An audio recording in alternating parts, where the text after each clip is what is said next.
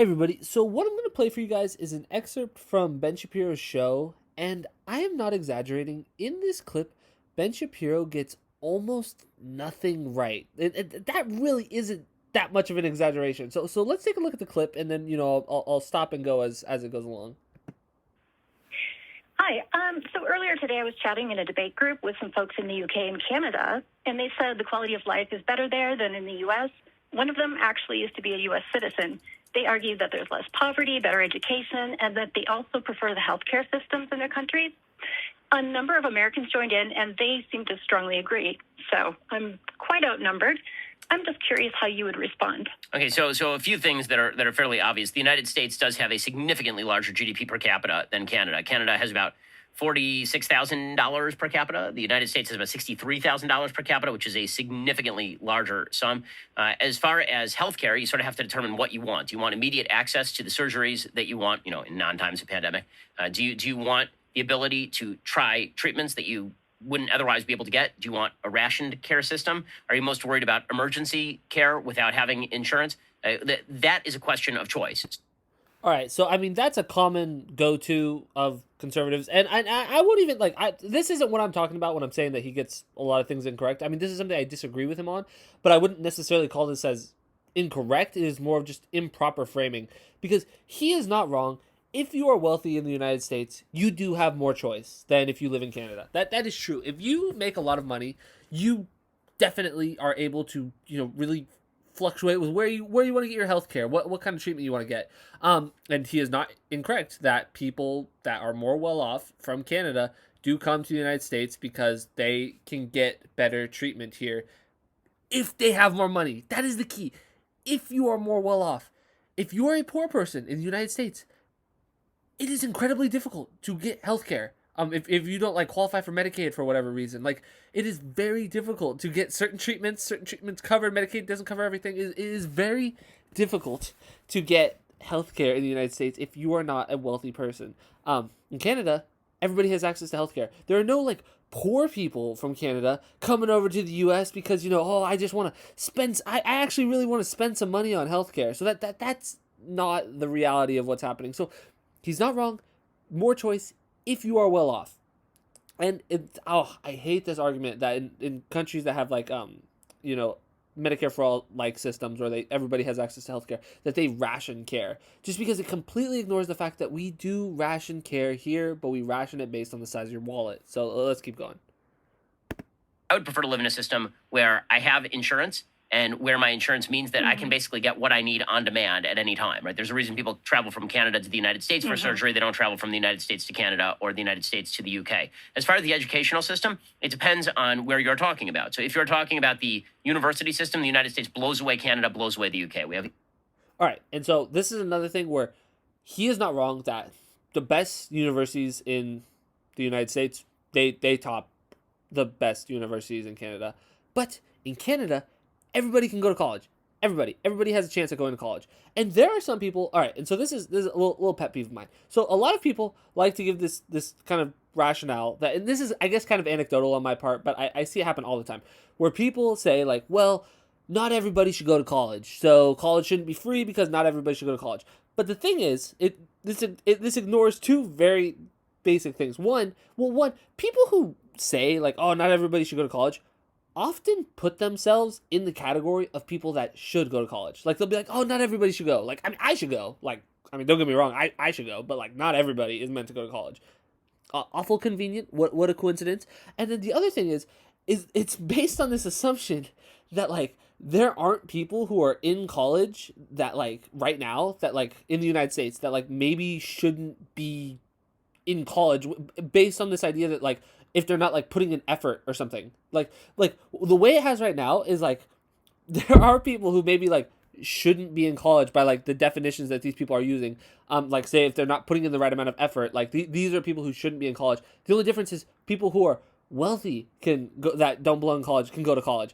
That people who are not more well off, they don't necessarily have the option of going to college if they aren't going to give it their all. And so there are certainly people in college who shouldn't be there, quote unquote, right now, but just they are more well off and they have wealthy parents who can send them to college. And so that's just something to put out. The best university system on planet Earth. It is not particularly close. And if you look at the lower education system, you have to really determine which area you are talking about, because the fact is that that is really not a question so much. Oh, I'm sorry, but it's just so funny because he knew how not true what he was saying was. I'm gonna go back there. I'm gonna go back 10 seconds or so, just because he knows that what he's saying isn't true. That there isn't a massive level of disparity within the United States public education system. That there are not some people who have access to so much better public education than other people in the United States. He just he knows. Like, as he was talking, he was like, oh, that's not true. But he goes with it though. He sticks to his guns. Let's keep going. The fact is that that is really not a question so much of are the teachers worse in certain areas of the United States than other areas of the United States, or a question of mere funding. It's a question of parental structure, how much time are parents spending with their kids on homework. It's a question of how much time are parents spending with their kids learning to read. Education is nearly always a function of familial structure. All right, so I love that he kind of like put it there. He's like, it's not that teachers are bad in like lower income areas, just because it's like, and that way, if anyone disagrees with him, it's like, oh, you saying that the teachers are bad in lower income areas? No, but in lower income areas, the public schools just don't have enough money, because oftentimes the funding for public schools is tied to the property taxes of the like surrounding houses. And so in areas where the property taxes are really high because there's really expensive houses, they have more money for their schools. And then in areas that don't have expensive houses, they have less money for their schools. And like this disparity, it's like just so easy to see. Like if you just drive around, you can see a high school that has like doesn't look very good, looks very run down and everything, and then you could drive to another high school that looks like a freaking college campus. Like this is not like an uncommon thing. Like within cities you will see this disparity. Within my city you can see this disparity. And so like, I mean, and that's just like a surface level thing, not even like digging into like the actual like different programs that different high schools have because they have more funding. I mean, it's just ridiculous what he's saying. And like, and also just like, I mean, he's saying like, oh, like, you know, I do like think that it is important that like parents like, you know, take an active hand in their children's schooling. But if someone, say for example, has 2 minimum wage jobs, maybe they don't have the time to help their kid with the homework because they're working all the time, and like that's super unfortunate. But like that is a reality, and maybe someone who is more well off, maybe they do have the time to help their kid better understand math and reading and things like that. And so like this just pretending that this isn't like a class thing is just, I mean, it's just incorrect.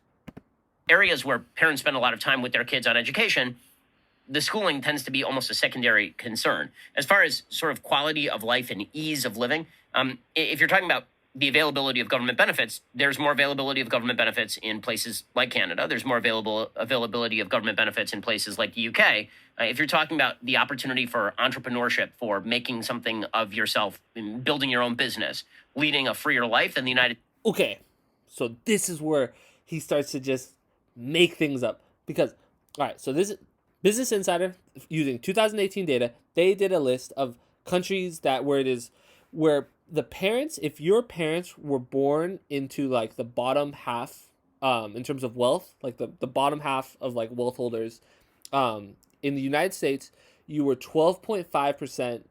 You had a 12.5. I'm butchering this study, but you had a 12.5% chance of like ending up in the top quarter. Like if your parents were in the bottom half of wealth, you had a 12.5% chance of ending up in the top quarter. That's in the United States. In the Canada, you had a 16.3% chance of ending up in the top quarter if your parents were born in the bottom half. And then in the United Kingdom, you had a 18.6% chance of ending up in the top quarter if your parents were born in the bottom half. And like some people might say, hey, those aren't like huge percentages.